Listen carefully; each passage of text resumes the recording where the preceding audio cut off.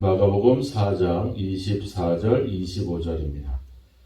또 이르시되 너희가 무엇을 듣는가 스스로 삼가라.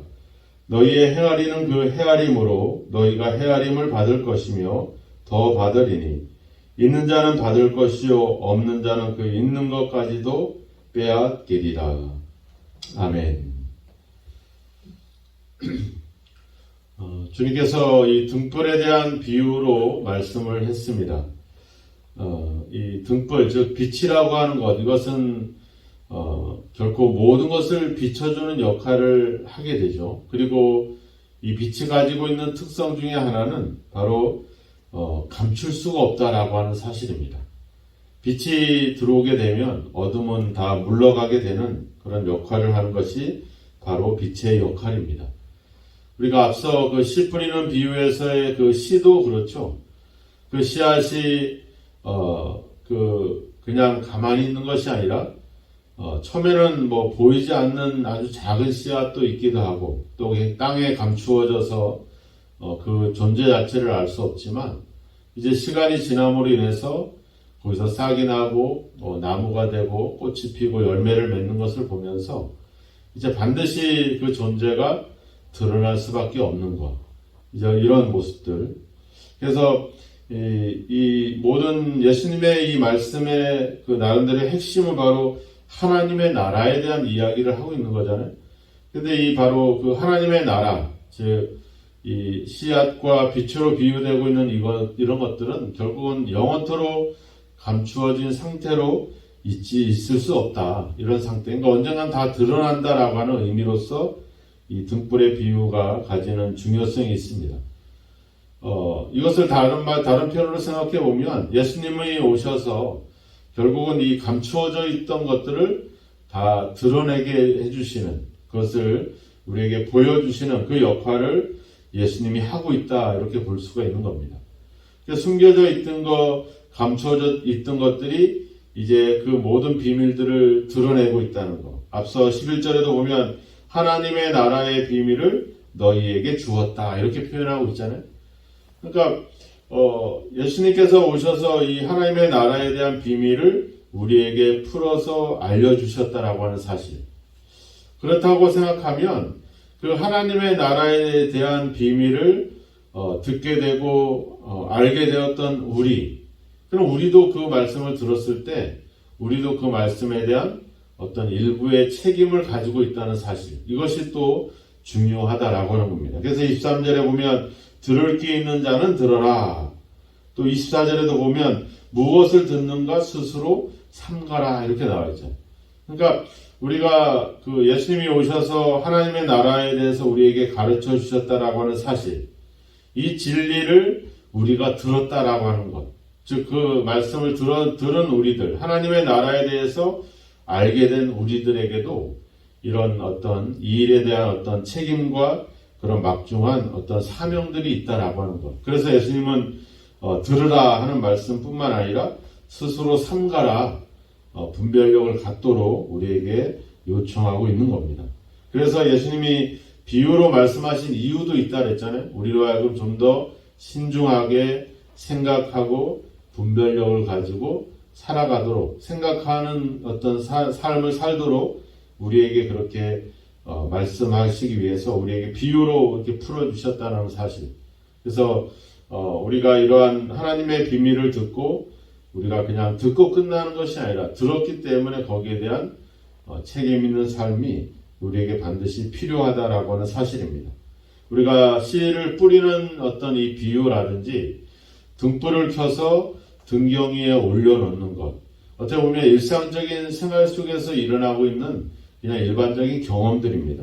근데 이러한 일상 속에 담겨있는 이 진리를 우리 예수님께서는 우리가 어떤 영적인 영역에서도 이것을 생각하기를 원하고 있다라고 하는 사실입니다.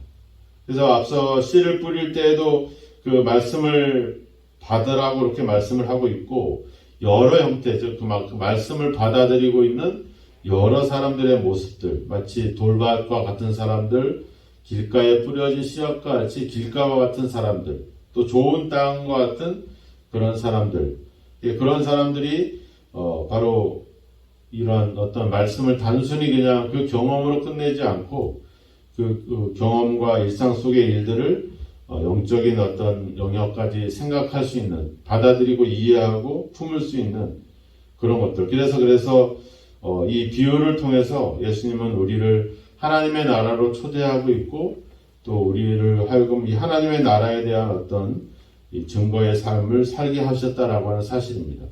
우리가 예를 들면 그 동방박사들이 그 하늘의 별들을 연구하잖아요, 그죠?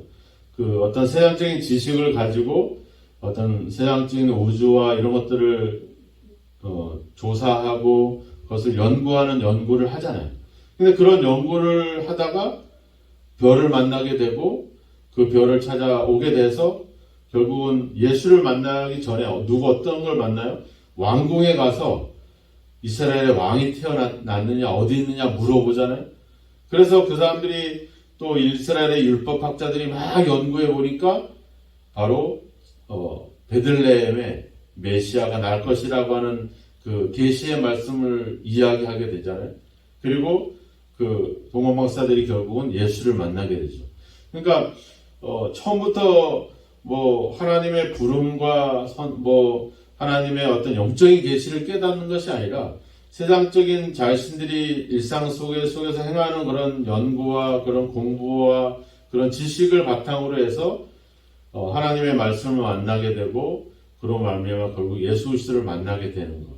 우리가 일상적인 씨를 뿌리는 행동이지만 그냥 등불을 켜서 등경이에 올려놓는 일상적인 생활이지만, 이걸 통해서 우리가 결국은 하나님의 진리를 알게 되고, 이런 불이 비춰지는 것처럼 이렇게 등이 켜져서 우리의 삶을 환하게 해주시는 것처럼 어둠 속에 있었던 우리를 예수님이 오셔서 빛 대신 참빛이신 예수님이 오셔서 우리의 이런 구원의 또 기쁨의 또 이런 은혜의 어떤 소식들을 전해주셨다. 우리의 삶이 이제 어둠에서 빛이 되었다. 그러니까 그냥 일상적인 생활들이지만 그 속에서 하나님과의 관계와 또 예수님의 그 은혜들을 발견할 수 있게 하는 것. 그래서 우리로 하여금 결국은 이런 작은 일, 씨를 뿌리는 비유에서 예수를 만나게 만들고, 등불 위에 등경을 위에 등불을 올려놓으면서 그러한 일상적인 생활 속에서 예수를 발견하고 만나게 해주시는 것.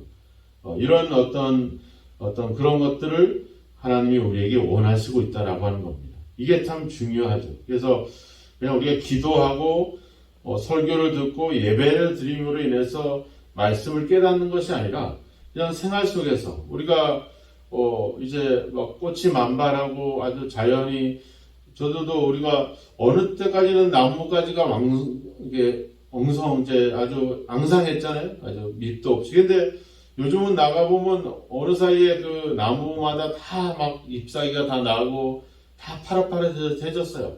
야, 봄이 왔구나. 여름이 이제 오게 되겠구나. 이걸 보는 게 아니라 뭐예요? 그걸 통해서 어떻게 이렇게 자연이 이런 질서 속에서 이렇게 계속적인 변화를 가져올까? 이런 어떤 봄이 되고 여름이 되고 가을이 되고 겨울이 되는 이 질서에 이게 우연히 이루어지는 일일까? 여기에 창조자 하나님의 손길을 느낄 수 있고, 하나님이 어떤 우리의 삶을 이렇게 풍성하게 해주시는 그 은혜들을 그 속에서 발견할 수 있는 것. 우리가 이제 주말이 되고 시간이 돼서 야외로 나가서 이렇게 이렇게 자연을 느낄 때에도 그냥 좋다, 아주 행복하다 이게 아니라 그 속에서 우리를 향한 하나님의 그 은혜들을 발견할 수 있는 것. 우리가 에덴 동산이라고 하면 이보다 내가 눈에 보이는 이 아름다운 자연보다 얼마나 더 아름다운 세계일까? 그러니까 그냥 일상적인 생활들이지만 그 속에서 하나님을 만나게 하고 예수님을 만나게 해주는 것. 그런 단계들, 그런 신앙들을 주님이 원하고 있다라고 하는 겁니다. 즉, 어떤 어린아이처럼 눈에 보이는 것만 보고 즐거워하는 게 아니라 그 속에 담겨져 있는 그런 하나님의 뜻과 그 하나님의 그 사랑을 발견할 수 있는 것.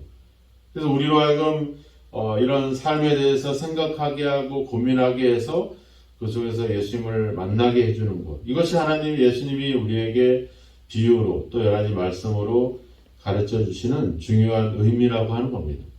우리가 요한복음 12장에 가보면 이제 이 씨를 뿌리고 등불을 등경 위에 올려놓는 이런 단계에서 더 나아가는 그런 어떤 확장이 나와요. 거기 가보면 요한복음 12장 24절에 가보면 한 알의 밀알이 땅에 떨어져 죽지 아니하면 한 알 그대로 있고 죽으면 많은 열매를 맺느니라. 이제는 하나님의 말씀을 들어서 열매를 맺는 단계가 아니라 이제는 내가 하나님의 밀알이 돼서 열매를 맺는 단계로 나아가는, 즉 자연과 또 예수님의 그 하나님의 밀알이 되어 죽으셨던 예수님의 어떤 사역과 이를 통해서 우리의 삶이 이렇게 계속 쭉 연결시켜 가는 이 과정들. 뭐 예를 들면 그 사마리아 여인을 보면 알 수 있죠. 우물가에서 예수님과 이야기를 시작하죠. 뭐부터 시작을 합니까? 그 물에 대한 이야기부터 시작을 하죠. 근데 이 여인은 어떻게 했어요? 남편이 5이나 남편을 가를 만큼 아주 기구한 운명을 살아왔던 여인이잖아요. 그런 여인에게 예수님이 물을 달라 하면서 물에 대한 이야기부터 시작해서 결국은 누구를 만나요? 메시아이신 예수님을 만나잖아요. 그래서 이제 거기서 끝나지 않죠? 이제 마을로 내려가서 그 사람들에게 메시아 예수 그리스도를 증거를 해요. 저는 이 사람들을 외면했고 이 삶을 한탄해하면서 남들이 물을 길러 오지 않는 시간에 혼자 눈치를 보면서 몰래 물을 길러 했던 이 여인의 삶이 이제 예수 그리스도를 만남으로 인해서 결국엔 이제 예수 그리스도를 증거하는, 이제 사람들 앞에 자신을 드러내기를 부끄러워하지 않는 그런 삶으로 변화가 되잖아요.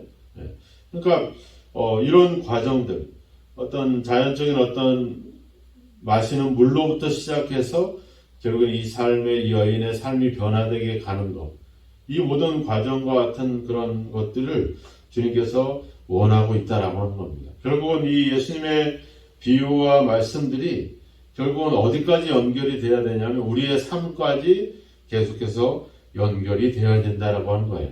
노아가 방주로 구원을 얻잖아요.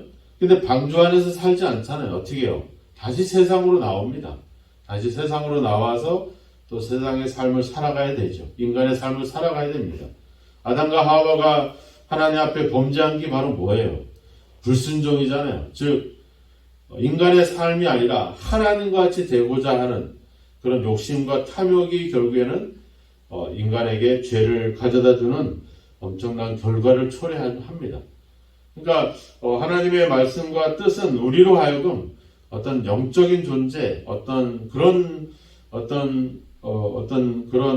하나님과 같이 되려고자 하는 그런 욕망이 아니라 바로 우리의 삶 속에서 예수님을 증거하고 예수님과 함께 살아가는 삶을 위해서 우리에게 이 말씀들을 주시고 있다라고 하는 사실들.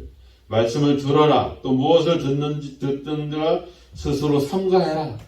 이 말씀을 우리가 다시 한번 기억을 해야 될 겁니다. 이 하나님의 나라의 비밀과 하나님의 말씀을 들은 우리에게도 삶에 대한 책임이 있다는 사실들. 그래서 우리는 이 말씀을 가지고 우리가 좀 더 우리의 삶을 신중하게 살아가야 된다는 것을 우리가 기억을 해야 될 겁니다. 이제는 병을 고침받고 귀신을 쫓아내는 그런 기적과 능력에서 이제 그 보여지는 것에서 어떤 신앙과 믿음을 갖는 그런 어떤 어린아이의 신앙을 벗어나서 이제 말씀을 들어도 비유로 이야기를 해도 그게 무슨 뜻인지를 이해하고 생각하고 고민하면서 나아가는 이런 성숙한 신앙. 그래서 그로 말미암아 삶이 변화되고 삶이 새로워지는 그런 변화가 있기를 원하는 것. 이것이 예수님이 우리에게 가르쳐 주시는 또 비유로 말씀하시는 중요한 의미라고 하는 사실입니다. 이제 우리는 하나님의 나라의 비밀을 가진 또 예수님을 만난 그런 그로 인해서 어떤 막중한 어떤 사명과 또 역할이 있는 그런 존재가 됐다는 사실을 우리는 좀 더 기억을 해야 될 것입니다. 우리가 그렇잖아요. 돈을 가진 사람, 또 남들보다 더 많이 배운 사람들, 또 더 많은 지식을 갖고 있는 사람들, 그 사람들의 삶은 거기서 끝나지 않죠. 거기에 대한 사회적인 책임이 있습니다. 더 많이 배우고 더 많이 가진 것만큼 더 많이 베풀어야 되고 더 많이 성숙한 삶의 모습을 보여야 돼요. 하나님의 나라를 모르는 사람하고 하나님의 나라를 아는 사람하고 삶이 똑같아서는 안 됩니다. 예수를 믿는 사람과 예수를 모르는 사람의 삶이 똑같아서는 안 돼요.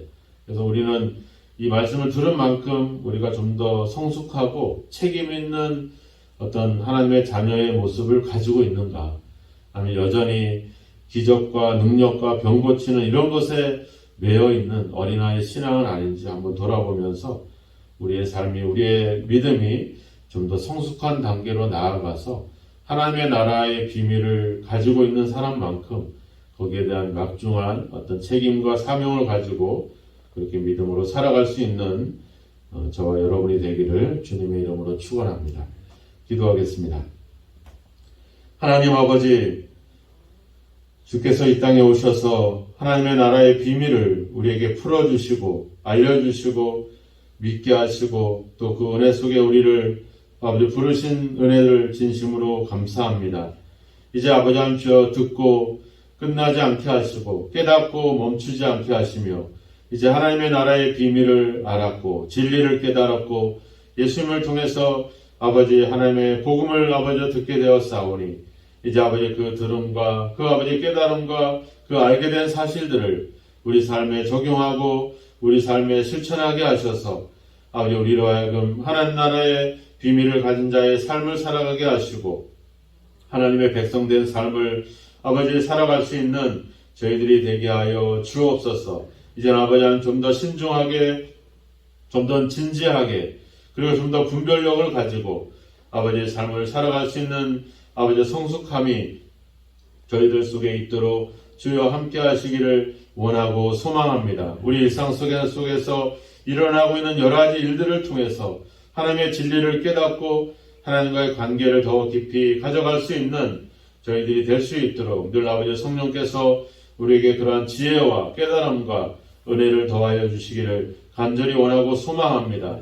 어버이 주일입니다. 우리가 어린아이의 습성을 벗어버리고 이제 부모의 뜻을 분별하고 부모의 아버지 주님 아버지 그 사랑과 은혜를 기억하여서 이제 좀 더 성숙한 아버지의 삶으로 믿음으로 새롭게 아버지 변화되어 갈 수 있도록 우리를 이끌어 주시고 함께하여 주옵소서.